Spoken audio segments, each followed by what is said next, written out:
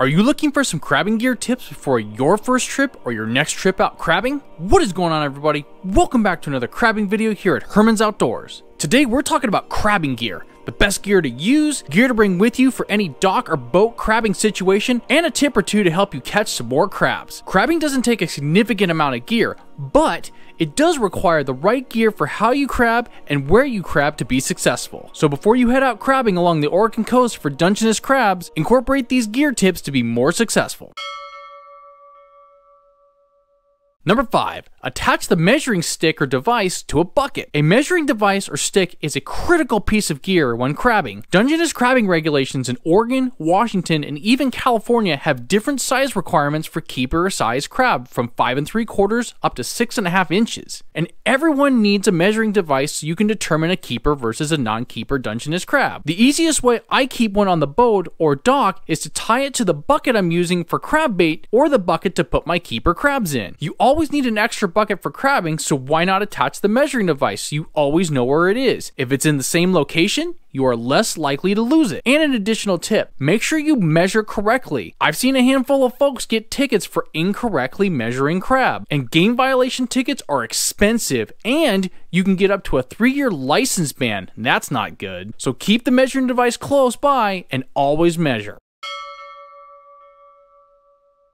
Number 4. Always carry extra zip ties. I learned this tip from my uncle years ago. Zip ties come in handy for multiple reasons when crabbing. First, if you own collapsible crab traps, using zip ties are the easiest way to set up the traps and get them ready for use. And if you use collapsible traps, grab the bigger zip ties. They will hold the trap together better. Second, you can use the zip ties to keep the bait box secured to the bottom of the trap or the pot so it's not lifted off the bottom. If the bait box floats, then crabs can get to the bait outside the trap, and that's not good. Third, you can use the zip ties to secure the bait box lid. Much easier to use than those rubber bands, Grandpa. Fourth, if you use crab rings, zip ties can keep the bait flat on the bottom of the ring. Floating bait in crab rings doesn't help you catch more crab. Trust me, don't ask me how I know. And lastly, if you have any repairs to pots or traps, zip ties are easy to deploy. Plus, you can get a couple hundred for only a few bucks from the store. I recommend getting multiple sizes, both big and small.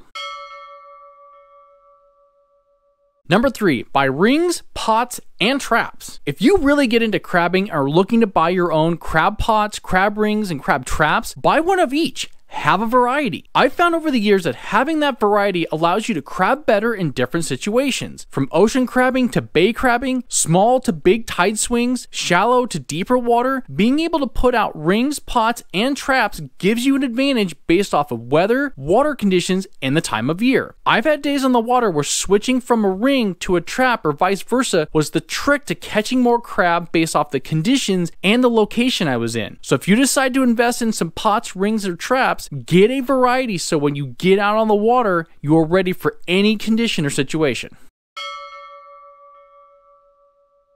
Number 2, use lead core rope. When setting up a trap or ring for crabbing, you always want to ensure you have enough rope. I usually have 50 to 100 feet per crab catching device. With that said, there will be days where the water is low or you crab in shallow water and you need that additional rope to be under the water. And the lead core gets that rope under the water. Too many times out crabbing on the boat have I seen a trap with 100 feet of rope and it's mostly floating on the surface because it's not lead core rope. Then somebody comes by, not paying attention, and accidentally cuts the rope on their engine propeller. It happens a lot, and it's happened to me. But using lead core line gets that extra rope to sit well under the water and out of harm's way. Lead core rope won't break the bank, and it will keep that rope off the surface and reduce those accidents of losing a trap. Don't ask me how many traps my grandfather lost in the day because somebody ran over the rope. I can at least count 6 times when it happened. Don't let that happen to you. Go get some lead core rope.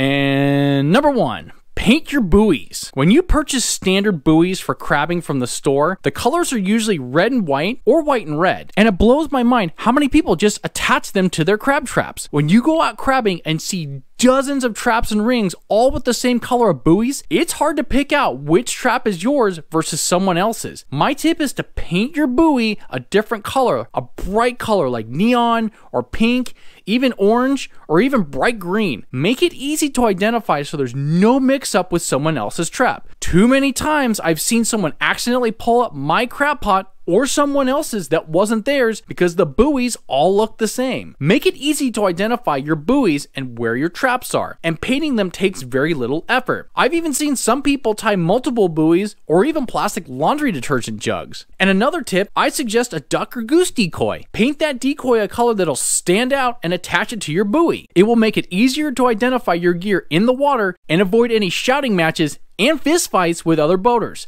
Now that's a story for another video. And that's my top 5 crabbing gear tips for Dungeness crabbing on the Oregon coast. Hope you guys enjoyed the video, and if you did, hit that like button. Comment below on your favorite gear tip from the video. If you like crabbing, fishing, and other outdoor content, hit that subscribe button below. Now get your gear ready and go catch some crabs. Dungeness crabs, that is.